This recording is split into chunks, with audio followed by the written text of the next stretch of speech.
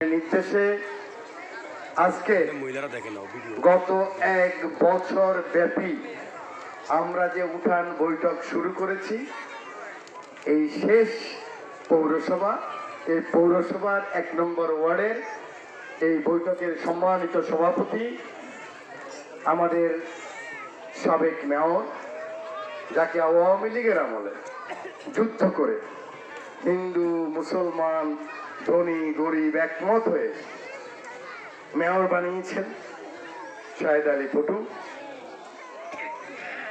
বিএনপির পৌরসভার সংগ্রামী সেক্রেটারি জেনারেল, বারবার নির্বাচিত কমিশনার মুর্তজা আল আমিন।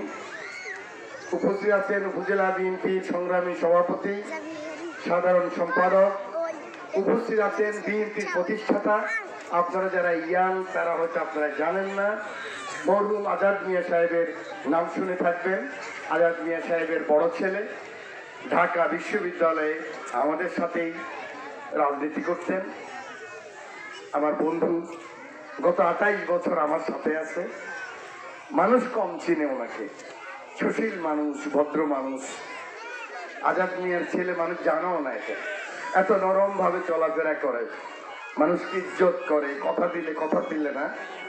আনাম মঞ্জুর মোর্শেদ জুয়েল উপস্থিত আছেন।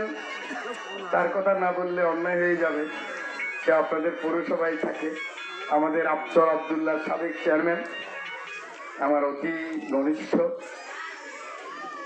3 তারিখে আমার নাম ঘোষণা করে না, কান্না করে গেছে। বললাম, আব্দুর রব তুমি কিসের লাঠিয়াল? তুমি গদের নেতা যদি কান্না করিতে হবে কিভাবে? আব্দুর রব চেয়ারম্যান, আমি আর নাম বললাম না। বিভিন্ন নেতৃবৃন্দ, বিশেষ করে মহিলা নেতৃবৃন্দ, মহিলা নেতৃবৃন্দ আমার উপজেলার সভাপতি আছেন, শাহিদা মেম্বার, সেক্রেটারি মুক্তা মেম্বার, আর আপনাদের পৌরসভার সভাপতি আছেন এখানে উপস্থিত, পৌরসভার সেক্রেটারি আইরিন আছেন এখানে। অনেক এখন তো নেতার মহিলা নেত্রী আপনারা জানলে খুশি হবেন।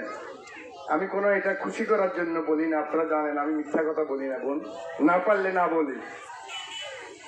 এখন রামগতিতে 100 মহিলা আছে যারা আমার 3-4 জন বাদ দিলে পুরুষ নেতা, তাদের সবার চেয়ে ভালো বক্তৃতা করে।